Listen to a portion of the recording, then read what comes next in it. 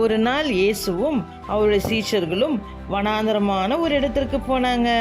நிறைய ஜனங்கள் இயேசுவை தேடி அங்கே வந்தாங்க.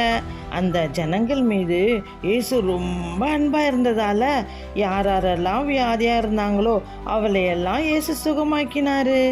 சாயங்காலம் ஆயிடுச்சு. சீஷர்கள் இயேசு கிட்ட வந்து, இயேசுவே, இது வனாந்தரமான இடம், இங்கே எந்த கடையும் இல்லை, நேரமும் ஆச்சு, இந்த ஜனங்களை அனுப்பிவிடுங்க, அவங்க கிராமத்துக்குள்ளே போய் கடைகள் எதையாச்சும் வாங்கி சாப்பிடுவாங்க என்று சொன்னார். அதற்கு இயேசு சீஷர்களிடம் என்ன சொன்னார் தெரியுமா? நீங்களே அவங்களுக்கு சாப்பிட கொடுங்க என்று சொன்னார். அப்பொழுது சீஷர்கள், இயேசுவே, இங்கே ஒரு பையனிடம் 5 அப்பங்களும் 2 மீன்களும் இருக்கிறது என்று சொன்னாங்க. இயேசு ஜனங்களை எல்லாம் வரிசையாக உட்கார சொன்னார்.